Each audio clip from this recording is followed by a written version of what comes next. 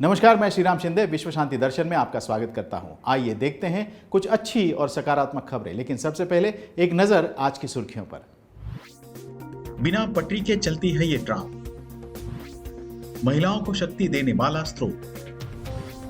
भविष्य में दिल्ली होगी हरी भरी, दृष्टिहीनों के लिए एक नया ऐप, एक फूलदान 14 करोड़ का। संशोधन हो रहा है एक ऐसी इलेक्ट्रिक ट्रेन पर जिसे पारंपरिक पटरियों की जरूरत नहीं है, वो आभासी पटरियों पर चलती है। कैसे, आइए देखते हैं। चीन में एक नए सार्वजनिक परिवहन वाहन का परीक्षण किया जा रहा है जो ट्रेन और बस के बीच की रेखाओं को धुंधला कर देता है। ऑटोनॉमस रेल रैपिड ट्रांजिट प्रणाली के नाम से जाने जाने वाली ये प्रणाली 3 डिब्बों में 300 यात्रियों को 70 किलोमीटर प्रति घंटे की गति से ले जा सकती है। यह एक ट्रेन के जैसे वहन करती है, लेकिन किसी ट्रैक का अनुसरण करने पर निर्भर नहीं है। इसके बजाय यह एक इलेक्ट्रॉनिक पावर ट्रेन और टायरों का उपयोग करके एक आभासी मार्ग का अनुसरण करती है।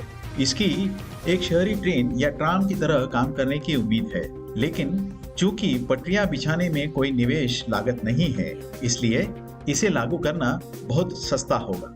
ये वाहन उत्सर्जन मुक्त है क्योंकि ये बिजली से चलता है।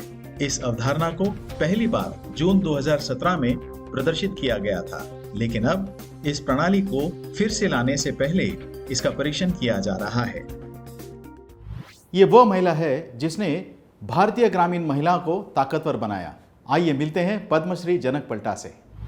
जनक पलटा मध्य भारत में शाश्वत जीवन की दिशा में कार्य करने वाली अग्रणी समाज सेवी है।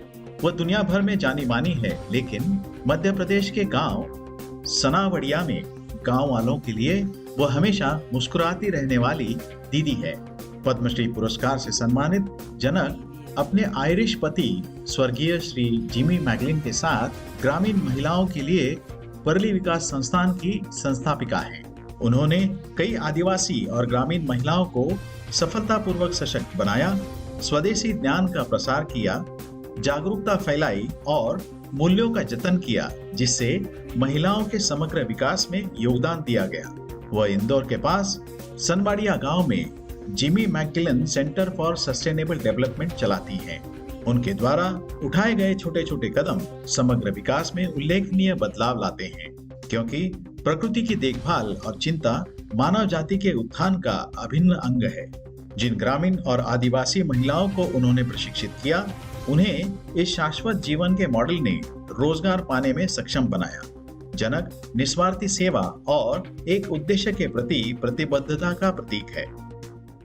देश की राजधानी दिल्ली में 20 लघुवन निर्माण करने की योजना है। लेते हैं ज्यादा जानकारी। दिल्ली नगर निकाय के वृक्षारोपण अभियान के तहत सन 2022 में 85,000 पेड़ लगाए जाएंगे। तेजी से बढ़ते वायु प्रदूषण के स्तर से निपटने के लिए दिल्ली के एकीकृत नगर निगम ने इस साल 85,000 पेड़ और 5,20,000 पौधे लगाने का प्रस्ताव रखा है। नागरिक निकाय घनी आबादी वाले क्षेत्र में कम से कम 20 लघु वन विकसित करने की योजना बना रही है, खासकर भारी कंक्रीट क्षेत्र में।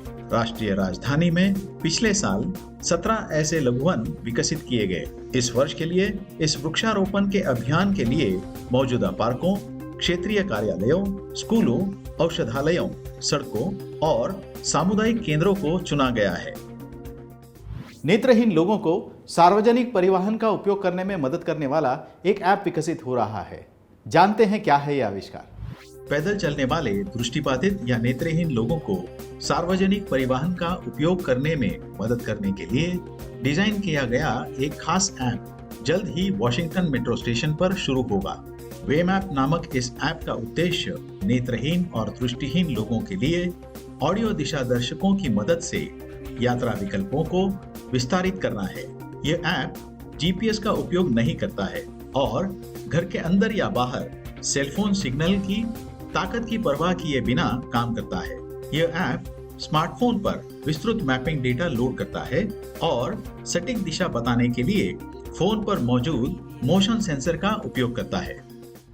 18वीं सदी के एक फूलदान की हाल ही में 14 करोड़ रुपए में नीलामी हुई है। कुछ चीजें जितनी पुरानी होती है उतनी उनकी कीमत बढ़ती है। सन 1980 के दशक में लगभग 100 पाउंड में खरीदा गया एक दुर्लभ 18वीं सदी का फूलदान लगभग 1.5 मिलियन पाउंड मतलब 14 करोड़ रुपए से अधिक की कीमत पर नीलाम किया गया।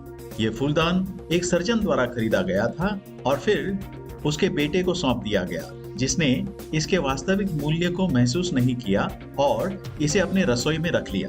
इसकी कीमत का पता तब चला जब एक प्राचीन वास्तु विशेषज्ञ ने इसे देखा।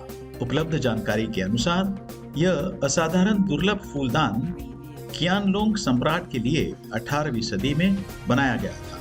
यह विशाल फूलदान 2 फीट लंबा है और इसके ऊपर कियानलांग काल के विशिष्ट 6 वर्ण के चिन्ह हैं।